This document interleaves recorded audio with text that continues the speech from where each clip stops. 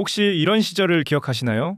지금으로부터 한 20여 년 전, 전 세계 바다를 누비는 배 두 척 중 한 척은 한국에서 만들었습니다. 부산과 울산, 거제 조선소에는 일감이 넘쳐서 배를 주문하려면 몇 년씩 줄을 서야 했습니다. 그때 한국 조선업은 그야말로 세계 최강이었죠. 그런데 그 뒤로 긴 불황이 찾아왔습니다. 수많은 조선소가 문을 닫았고 사람들은 조선업은 이제 끝났다고 말했습니다. 그런데 말입니다. 지금 그 옛날의 영광이 다시 돌아오고 있습니다. 전 세계가 또 한 번 한국에 배를 주문하려고 줄을 서기 시작했거든요. 그리고 오늘 제가 이야기할 진짜 주인공은 그 거대한 배를 만드는 조선소가 아닙니다. 그 조선소에 없어서는 안 될 무언가를 대주면서 조용히 돈을 버는 회사들입니다. 끝까지 보시면 그 회사들의 정체가 거의 다 보이실 겁니다. 이름만 빼고요. 한 가지 흥미로운 사실부터 말씀드릴게요. 요즘 한국 조선소의 그러니까 배를 짓는 거대한 작업장에는 빈자리가 없습니다. 2028년에 배를 받고 싶다는 주문조차 이미 자리가 거의 다 찼습니다. 돈을 싸들고 와도 당장 만들어줄 수가 없어서 선주들이 줄을 서서 기다리는 상황입니다.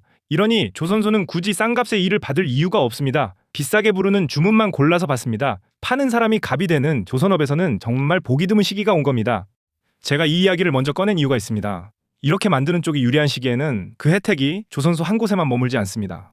그 조선소에 부품을 대는 회사들에게도 같은 협상력이 흘러가거든요. 일감은 넘치는데 그 부품을 만들 수 있는 곳은 한정돼 있으니까요. 오늘 이 영상에서 제가 드릴 약속은 이겁니다. 조선업이 지금 왜 다시 뜨는지, 그 안에서 한국이 왜 압도적으로 유리한지, 그리고 그 호황에서 정작 누가 조용히 수혜를 보는지를 배 한 척 안 만들어 본 분도 이해하실 수 있게 아주 쉽게 풀어드리겠습니다. 끝까지 보시면 적어도 조선주라는 말 앞에서 더 이상 막막하지는 않으실 겁니다. 자, 먼저 지금 무슨 일이 벌어지고 있는지부터 보겠습니다. 최근 전 세계 선박 발주량이 무려 5년 만에 가장 많은 수준으로 폭증했습니다. 쉽게 말해 전 세계 해운사들이 새 배를 사겠다고 한꺼번에 몰려들고 있다는 겁니다. 한두 척이 아닙니다. 수백 척 단위의 주문이 몇 년에 걸쳐 쏟아지는 흐름입니다. 그리고 배 한 척은 작은 것도 수백억 원, 큰 것은 수천억 원을 호가합니다. 이 거대한 규모의 자금이 지금 한국 조선산업으로 들어오고 있는 겁니다. 그리고 이 돈은 한 번 쓰고 마는 게 아니라 배가 완성될 때까지 몇 년에 걸쳐 차곡차곡 들어옵니다. 그래서 조선업의 호황은 짧고 굵게 끝나기보다 길고 꾸준하게 이어지는 특징이 있습니다. 그리고 그 주문의 상당 부분이 중국도 일본도 아닌 한국으로 들어오고 있습니다. 배 주문이 늘면 자연스럽게 배값도 오릅니다. 식당에 손님이 미어터지면 가격을 올릴 수 있는 것과 똑같은 이치죠. 실제로 배를 빌려 쓰는 운임도 새 배를 짓는 가격도 최근 들어 가파르게 올랐습니다. 이건 조선사 입장에서 같은 배를 만들어도 예전보다 훨씬 더 많이 남는다는 뜻입니다. 이 세 회사는 강점이 조금씩 다릅니다. HD 현대중공업은 배를 움직이는 엔진까지 직접 만드는 가장 균형 잡힌 회사입니다. 삼성중공업은 가장 까다로운 LNG선의 역량을 집중해 이 분야에서 독보적인 기술을 자랑합니다. 하나오션은 일반 상선뿐 아니라 군함 같은 특수선까지 손을 대며 사업을 넓히고 있습니다. 강점은 달라도 세 회사 모두 지금 역사적인 호황의 한복판에 서 있다는 점은 똑같습니다. 사상 최대치죠. 수주잔고. 그러니까 이미 받아둔 일감을 돈으로 따지면 130조 원이 넘습니다. 수주 잔고가 많다는 건 단순히 일감이 많다는 것 이상의 의미가 있습니다. 앞으로 몇 년치 매출이 이미 정해져 있다는 뜻이거든요. 회사가 앞으로 얼마를 벌지 어느 정도 예측이 가능해진다는 겁니다. 이렇게 미래가 또렷하게 보이는 회사는 투자자 입장에서 마음이 한결 놓이는 법이죠. 반대로 일감이 비어있는 회사는 앞날을 예측하기가 어렵습니다. 그래서 같은 업종 안에서도 일감을 얼마나 확보했느냐가 그 회사의 안정성을 가르는 중요한 기준이 됩니다. 지금 당장 세일을 안 받아도 3년 넘게 공장을 돌릴 수 있는 일감이 쌓여 있다는 뜻입니다. 여기서 중국 이야기를 안 할 수가 없습니다. 사실 숫자로만 보면 전 세계에서 배를 가장 많이 만드는 나라는 중국입니다. 값싼 일반 화물선이나 컨테이너선은 중국이 물량으로 쓸어 담습니다. 하지만 LNG선처럼 고도의 기술이 필요한 비싼 배, 이른바 고부가 가치 선박으로 가면 이야기가 완전히 달라집니다. 이 분야에서는 한국이 여전히 압도적입니다. 중국이 따라오려고 애를 쓰지만 극저온 가스를 안전하게 다루는 기술은 하루아침에 따라잡히는 게 아니거든요. 그래서 돈이 되는 비싼 배는 한국으로, 싼 배는 중국으로 갈리는 구도가 점점 굳어지고 있습니다. 우리에게는 오히려 유리한 그림이죠. 그런데 여기서 가장 중요한 게 하나 있습니다. 바로 LNG선, 액화천연가스를 실어 나르는 배입니다. 전 세계가 친환경으로 가면서 그리고 미국과 카타르 같은 나라들이 천연가스를 대량으로 수출하기 시작하면서 이 LNG선 수요가 폭발하고 있습니다. 그런데 이 LNG선은 아무나 못 만듭니다. 영하 160도가 넘는 극저온의 가스를 안전하게 실어야 하는 세상에서 가장 까다로운 배 중 하나거든요. 그리고 이 배를 가장 잘 만드는 나라가 바로 한국입니다. 전 세계 LNG선 시장에서 한국의 점유율이 60%가 훌쩍 넘습니다. 점유율 60%가 넘는다는 건 사실상 전 세계가 LNG선이 필요할 때 한국에 줄을 설 수밖에 없다는 뜻입니다. 선택지가 별로 없으니까요. 이런 시장에서는 가격을 깎아달라는 요구도 잘 통하지 않습니다. 그만큼 한국 조선사들이 협상에서 유리한 위치에 서 있다는 의미입니다. 거의 독점에 가깝습니다. 그럼 왜 하필 지금 전 세계가 이렇게 한꺼번에 배를 주문할까요? 크게 세 가지 이유가 맞물렸습니다. 첫째, 환경 규제입니다. 국제기구가 선박에서 나오는 탄소를 강하게 규제하기 시작하면서 전 세계 해운사들이 매연 뿜는 낡은 배를 천연가스로 움직이는 친환경 배로 한꺼번에 바꿔야 하는 상황이 됐습니다. 둘째, 노후화입니다. 지난 십수년간 불황으로 새 배를 거의 안 만들었기 때문에 지금 바다를 떠다니는 배들이 너무 낡았습니다. 이제 갈아탈 때가 된 거죠. 셋째, 미국과 카타르의 천연가스 수출입니다. 이들이 가스를 본격적으로 수출하면서 그 가스를 실어 나를 LNG선이 대량으로 필요해졌습니다. 이 세 가지가 동시에 터지면서 한국 조선소 앞에 주문이 줄을 서게 된 겁니다. 그리고 최근에는 미국까지 한국 조선업에 손을 내밀고 있습니다. 한때 조선 강국이던 미국은 지금 상선을 만들 능력이 거의 사라졌거든요. 그래서 배를 만들 줄 아는 동맹국, 그중에서도 한국과 손잡으려는 움직임이 나오고 있습니다. 다만 이 부분은 아직 초기 단계라 너무 앞서간 기대는 경계해야 합니다. 근데 여기서 함정이 하나 있습니다. 잠시 뒤에 말씀드리죠. 일단 질문 하나 던지겠습니다. 그럼 이 조선 빅3 주식을 지금 사면 될까요? 솔직하게 말씀드리겠습니다. 저는 신중해야 한다고 봅니다. 왜냐하면 이 회사들 주가는 이미 너무 많이 올랐거든요. 어떤 조선주는 올해 초부터 한때 2배 가까이 올랐다가 다시 출렁이기를 반복했습니다. 거인의 이름은 누구나 압니다. 뉴스에 매일 나오니까요. 그리고 누구나 아는 정보로는 솔직히 큰 수익을 내기가 쉽지 않습니다. 게다가 조선주는 경기를 타는 대표적인 업종이라 좋을 때 화끈하게 오르지만 분위기가 식으면 그만큼 빠르게 내려오기도 합니다. 그래서 이미 많이 오른 대형 조선주를 지금 덜컥 따라 사는 건 생각보다 위험할 수 있습니다. 그래서 저는 시선을 아래로 내립니다. 거대한 배를 만드는 조선소 말고 그 배 안에 반드시 들어가야 하는 부품을 만드는 회사들로요. 왜 이렇게 부품 회사에 주목하느냐고요. 거인의 주가는 이미 세상이 다 아는 호재를 반영해 비싸진 경우가 많지만 그 아래에서 실제로 일감을 받아가는 부품 회사들은 상대적으로 덜 알려진 경우가 있기 때문입니다. 같은 호황을 누리면서도 아직 사람들의 관심이 덜 닿은 자리가 있다는 거죠. 쉽게 그림 하나 그려보겠습니다. 어느 동네에 손님이 미어터지는 맛집이 하나 생겼다고 해보죠. 사람들은 그 맛집 사장님이 돈을 쓸어 담는 걸 부러워합니다. 그런데 그 맛집에 매일 신선한 식재료를 대주는 도매상은 어떨까요? 그 맛집이 대박이 날수록 도매상도 같이 바빠지고 같이 돈을 법니다. 게다가 그 동네에 비슷한 맛집이 하나 더 생겨도 결국 그 도매상한테 재료를 받아갑니다. 누가 1등 맛집이 되든 도매상은 다 같이 장사가 되는 거죠. 그리고 이 도매상에게는 또 하나의 강점이 있습니다. 맛집끼리 경쟁이 치열할수록 재료를 대주는 도매상은 오히려 더 바빠진다는 점입니다. 누가 이기든 재료는 팔리니까요. 어느 한 맛집에 운명을 걸 필요가 없는 셈입니다. 그래서 저는 늘 이렇게 생각합니다. 누가 1등이 될지 매번 맞추려고 애쓰기보다 누가 이기든 돈을 버는 자리를 찾는 게 훨씬 마음 편한 길이라고요. 물론 그 자리에 있는 회사가 진짜 실력을 갖췄는지는 따로 확인해야 합니다. 조선업이 딱 그렇습니다. HD현대가 1등을 하든 삼성중공업이 1등을 하든 하나오션이 1등을 하든 그 배 안에는 결국 같은 부품들이 들어가야 합니다. 엔진, 밸브, 그리고 LNG를 담는 특수한 단열재 같은 것들 말이죠. 이걸 만드는 회사를 우리는 조선기자재 회사라고 부릅니다. 저는 진짜 조용한 수혜는 바로 이 기자재 회사들에서 나온다고 봅니다.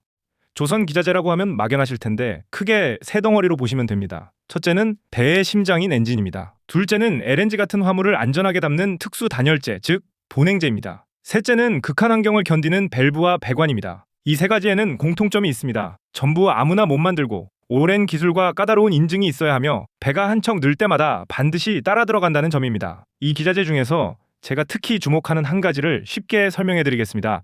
바로 본행재라는 겁니다. 아까 LNG선은 영하 160도의 극저온 가스를 실어 나른다고 했죠. 그 차가운 가스가 끓어서 날아가지 않도록 배의 화물칸 안쪽을 아주 두껍고 정교한 단열재로 감싸야 합니다.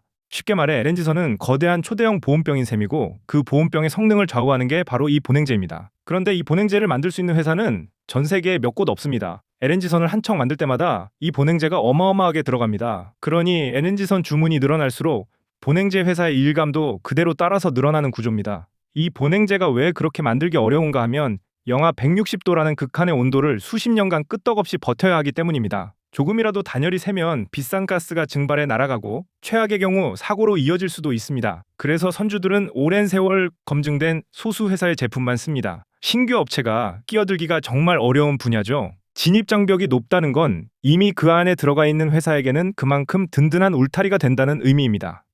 본행재만이 아닙니다. 배를 움직이는 심장인 선박 엔진, 그리고 극저온과 고압을 견뎌야 하는 특수한 밸브와 배관, 이런 부품들도 마찬가지입니다. 특히 선박 엔진은 그 자체로 거대한 산업입니다. 큰 배 한 척에 들어가는 엔진은 웬만한 집 한 채만큼 크고 비쌉니다. 이 거대한 엔진을 만들 수 있는 회사도 전 세계에 몇 곳뿐이고, 친환경 규제 때문에 가스나 친환경 연료로 움직이는 새 엔진의 수요가 빠르게 늘고 있습니다. 배가 친환경으로 갈수록 그 심장을 만드는 회사의 몸값도 같이 오르는 구조입니다. 모두 아무나 못 만들고 오랜 기술과 까다로운 인증이 필요한 분야입니다. 그리고 배 주문이 늘면 이 부품들의 주문도 자동으로 따라 늘어납니다. 한 가지 더 중요한 게 있습니다. 이런 부품은 한번 어느 배에 채택되면 쉽게 바뀌지 않습니다. 배에는 사람 목숨과 막대한 화물이 걸려 있어서 검증된 부품을 함부로 다른 걸로 교체하지 않거든요. 그래서 한번 거래를 트고 신뢰를 쌓은 부품 회사는 그 다음 수년간 꾸준히 주문을 받을 수 있습니다. 화려하진 않아도 오래가는 장사라는 거죠. 여기서 한국 조선 기자재 회사들의 진짜 강점이 하나 있습니다. 바로 영업 레버리지라는 겁니다. 어려운 말 같지만 쉽습니다. 공장과 설비를 한번 깔아두면 주문이 2배, 3배로 늘어날 때 이익은 그보다 훨씬 더 크게 불어난다는 뜻입니다. 특히 이 기자재 회사들은 지난 긴 불황을 거치면서 상당수가 문을 닫았습니다.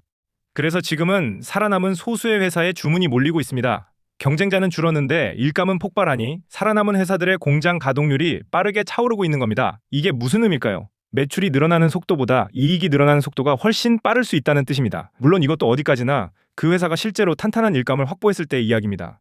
쉽게 말씀드리면 이런 겁니다. 일감이 없을 때는 공장을 놀려서 적자를 보던 회사가 일감이 꽉 차는 순간 같은 설비로 훨씬 많은 제품을 찍어내면서 이익이 확 늘어납니다. 불황을 견뎌낸 회사일수록 호황이 오면 그 반전의 폭이 더 클 수 있다는 거죠. 이쯤에서 한 가지 짚고 넘어가겠습니다. 지금까지 제가 드린 이야기는 제 생각이 아니라 실제로 벌어지고 있는 일입니다. 뉴스로 직접 보여드리겠습니다. 첫 번째 뉴스입니다. 화면을 보시죠. 제목을 그대로 읽어드리겠습니다. K조선 식었다고 선박 발주 5년 만에 최대. 내용은 이렇습니다. 한동안 잠잠하다는 평가를 받던 한국 조선업이 사실은 전 세계 선박 발주가 5년 만에 가장 많은 수준으로 늘면서 탄탄한 호황을 이어가고 있다는 겁니다. 기사에서 특히 중요한 대목이 있습니다. 한때 시장을 달궜던 데이터 센터나 핵잠수함 같은 화려한 테마보다 실제로 조선사의 실적을 좌우하는 건 결국 선박 발주와 선박 가격이라는 점을 짚고 있다는 겁니다. 화려한 테마가 아니라 본업이 진짜라는 거죠. 그리고 그 본업이 지금 가장 좋다는 겁니다. 여기서 본업이라는 말을 한 번 더 강조하고 싶습니다. 테마는 바람처럼 왔다가 사라지지만 실제로 배를 만들어 돈을 버는 본업은 쉽게 사라지지 않습니다. 지금 조선업이 좋은 건 분위기나 소문 때문이 아니라 진짜로 배가 많이 팔리고 있기 때문입니다. 그래서 저는 이 흐름을 단순한 테마가 아니라 실적이 받쳐주는 흐름으로 봅니다. 두 번째 자료입니다. 이건 한 증권사가 내놓은 조선업 하반기 전망 보고서인데요. 핵심만 말씀드리면 올해 하반기에도 조선업을 긍정적으로 본다는 겁니다. 전 세계 선박 발주량이 지난해보다 60% 넘게 늘었고 특히 LNG선과 유조선을 중심으로 신규 주문이 쏟아지고 있다는 분석입니다. 그러면서 이 호황이 짧게 끝나는 게 아니라 앞으로 몇 년간 길게 이어질 사이클이라고 보고 있습니다. 한번 반짝하는 게 아니라 구조적인 흐름이라는 거죠. 제가 구조적이라는 말을 쓰는 이유는 이렇습니다. 환경 규제도, 낡은 배 교체도, 천연가스 수출도 전부 몇 달 만에 끝날 일이 아니라 앞으로 수년간 이어질 흐름이기 때문입니다. 단발성 호재 하나로 반짝 오르는 것과 여러 해에 걸친 구조적 변화는 완전히 다른 무게를 가집니다. 자, 여기까지 보시면 마음이 좀 급해지실 수 있습니다. 그래서 그 기자재 회사가 대체 어디냐 싶으시죠? 거의 다 왔습니다. 그런데 그 이름을 말씀드리기 전에 제가 반드시 짚어야 할 게 있습니다. 바로 위험입니다. 이걸 빼놓고 종목 이름만 던지는 사람은 솔직히 여러분을 위하는 게 아닙니다. 제가 이렇게까지 위험을 강조하는 이유가 있습니다. 저는 여러분을 잠깐 흥분시켰다가 사라지는 사람이 되고 싶지 않거든요. 한번 보고 마는 영상이 아니라 두고두고 믿고 찾는 채널이 되는 게 제 목표입니다. 그러려면 좋은 이야기만큼이나 불편한 위험도 솔직하게 말씀드려야 한다고 생각합니다. 잠깐 과거 이야기를 해보겠습니다. 사실 이런 일은 처음이 아닙니다. 2000년대 중반 한국 조선업이 마지막으로 크게 호황을 누렸을 때도 똑같았습니다. 그때 사람들은 대형 조선사 주식에 열광했지만 조용히 그 옆에서 부품과 자재를 대던 회사들도 함께 크게 성장했습니다. 그리고 지금은 그때와 한 가지가 더 다릅니다. 긴 불황을 거치면서 약한 기자재 회사들은 많이 사라졌고 살아남은 소수의 회사로 일감이 집중되고 있다는 점입니다. 경쟁자는 줄고 일감은 늘어난 살아남은 자들의 시간인 셈이죠. 물론 그 회사가 진짜 경쟁력 있는 회사일 때의 이야기입니다. 조금 더 구체적으로 말씀드리면 그 시절 조선 호황 때 선박 엔진이나 LNG 단열재, 특수 밸브를 만들던 회사들의 실적과 주가는 본체인 조선사 못지않게 때로는 그 이상으로 크게 움직였습니다. 거인의 그늘에 가려 잘 안 보였을 뿐이죠. 역사가 똑같이 반복된다는 보장은 없습니다. 하지만 큰 흐름의 구조가 비슷할 때는 과거에 무슨 일이 있었는지를 알아두는 것만으로도 큰 도움이 됩니다. 그림의 크기를 좀 더 보겠습니다. 조선 빅3가 이미 받아둔 일감만 3년 반치가 넘습니다. 2028년까지 배를 만들 자리는 이미 거의 다 찼고 그 다음 자리를 잡으려는 선주들의 경쟁 때문에 배값도 점점 오르고 있습니다. 배값이 오른다는 건 같은 배를 만들어도 더 많이 남는다는 뜻입니다. 그리고 과거에 싸게 받았던 주문들은 다 끝나가고 지금부터는 비싸게 받은 주문들이 본격적으로 실적에 반영되기 시작합니다. 그래서 일부 전문가들은 이 호황의 진짜 정점이 2028년 혹은 2029년까지 이어질 수 있다고 봅니다. 조금 거창하게 들릴 수 있지만 지금 한국조선업은 단순히 배를 파는 게 아니라 전 세계가 에너지를 옮기는 방식 그 자체를 떠받치고 있습니다. 천연가스를 바다 건너 실어 나르는 거의 모든 항로에 한국이 만든 배가 떠 있는 셈이거든요. 이렇게 세계 경제의 한 축을 맡은 산업은 쉽게 무너지지 않습니다. 그렇다고 영원히 오르기만 한다는 뜻은 절대 아닙니다. 어떤 산업이든 좋을 때가 있으면 쉬어가는 때도 옵니다. 다만 그 큰 그림을 알고 보는 것과 모르고 보는 것은 분명히 다릅니다. 만약 이 그림이 절반만 맞아도 그 긴 호황 내내 부품을 대는 기자재 회사들의 일감은 꾸준히 채워질 수 있습니다. 실제로 한 글로벌 조사기관은 앞으로 몇 년간 매년 100척이 넘는 LNG선이 새로 주문될 거라고 내다봤습니다. LNG선 한 척에 들어가는 본행제와 부품의 양을 생각하면 그 수요가 얼마나 클지 가늠조차 잘 안 됩니다. 게다가 카타르 같은 거대 가스 수출국의 LNG선 인도 물량은 앞으로 몇 년간 매년 늘어날 예정입니다. 일감의 그림이 비교적 또렷하게 보인다는 것, 이게 이번 조선 사이클의 큰 특징입니다. 하지만 여기서 제가 만약이라는 말을 계속 붙이는 데는 분명한 이유가 있습니다.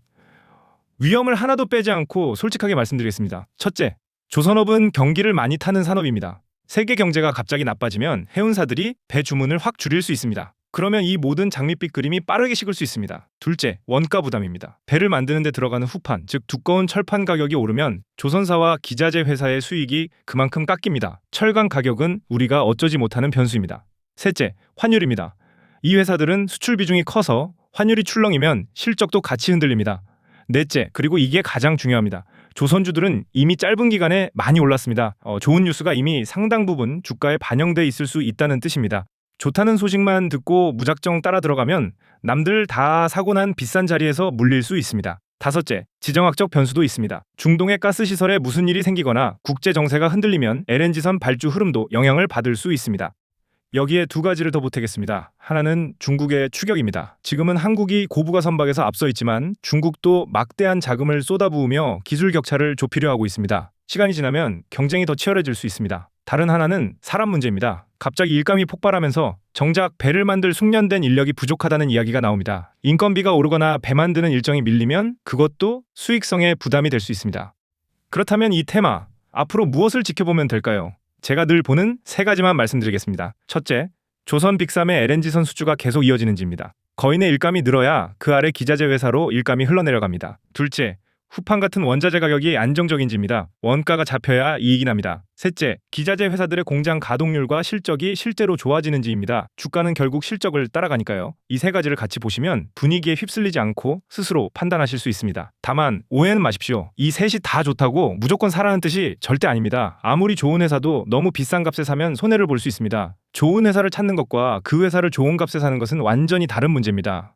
사실 요즘 유튜브나 문자로 무슨 비밀 정보라며 특정 조선주를 지금 당장 사라고 부추기는 곳이 정말 많습니다. 그런 곳일수록 좋은 말만 잔뜩 하고 위험은 절대 말하지 않습니다. 저는 그 반대로 하겠습니다. 좋은 점과 나쁜 점을 다 보여드리고 최종 판단은 여러분께 맡기겠습니다. 그게 제가 생각하는 정직한 정보입니다.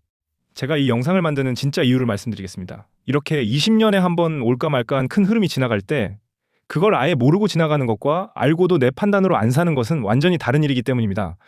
몇 년 뒤에 그때 조선 호황 이야기를 한 번이라도 제대로 들어둘 걸 하고 뒤늦게 무릎을 치는 것만큼 아쉬운 일은 없습니다. 적어도 알고는 있어야 선택이라도 할 수 있으니까요. 제가 거인의 이름은 영상에서 다 밝히면서도 그 아래 숨은 회사들의 이름만 가리는 건 바로 그 때문입니다. 거인은 누구나 알아도 괜찮지만 정작 중요한 회사는 충분한 근거와 함께 신중하게 전해드리고 싶거든요. 자, 이제 약속을 지킬 시간입니다. 제가 오늘 끝까지 회사 이름을 가린 이유를 말씀드리겠습니다.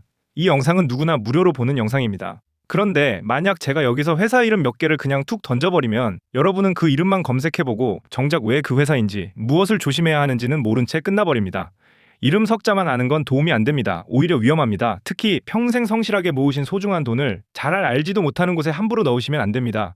그래서 저는 제가 분석한 내용을 비공개 리포트로 따로 정리해서 원하시는 분에게만 무료로 보내드립니다. 그 리포트에는 딱 4가지가 들어갑니다. 첫째, 제가 주목하는 종목의 실제 이름. 둘째, 왜 그렇게 보는지 그 근거. 셋째, 그리고 절대 빼놓지 않는 리스크. 반드시 조심해야 할 점. 마지막 4번째로는 매수 타이밍입니다. 좋은 점만 적힌 종이는 광고지이고 리스크까지 솔직하게 적힌 종이라야 비로소 리포트입니다. 저는 후자를 드립니다. 받는 방법은 간단합니다. 지금 화면에 보이는 번호로 문자 한 줄만 남겨주세요. 조선 리포트라고 보내시면 됩니다. 그러면 제가 정리한 자료를 보내드립니다. 혹시 사기 아니야 걱정되실 수 있습니다. 당연한 걱정입니다. 그래서 분명히 말씀드립니다. 완전 무료입니다. 한 푼도 받지 않습니다. 거인의 이름은 알겠는데 그 아래는 막막하셨던 분, 뉴스는 봤는데 도대체 뭘 봐야 할지 모르겠던 분이라면 정말 부담 없이 문자 한 줄 남겨주세요. 번호는 화면에 띄워두겠습니다. 20년 만에 돌아온 이 큰 파도가 이번에는 얼마나 멀리, 얼마나 오래 갈지 저도 끝까지 지켜볼 생각입니다. 한 가지는 분명합니다. 이런 큰 흐름은 끝나고 나서야 그때가 기회였구나 하고 뒤늦게 깨닫는 경우가 많습니다. 그래서 지금 이렇게 미리 들여다보는 것 자체가 의미가 있다고 저는 생각합니다. 상황이 바뀌면 리포트도 그때그때 업데이트해서 다시 알려드리겠습니다. 다음 영상에서는 이 배들이 실어 나르는 천연가스, 그 가스를 둘러싼 또 다른 숨은 이야기를 준비하고 있습니다. 궁금하신 분은 구독과 알림 설정 미리 눌러두시고요. 오늘 영상이 조금이라도 도움이 되셨다면 좋아요 한 번만 눌러주시면 큰 힘이 됩니다. 저는 다음 영상에서 더 좋은 이야기로 다시 찾아뵙겠습니다. 감사합니다.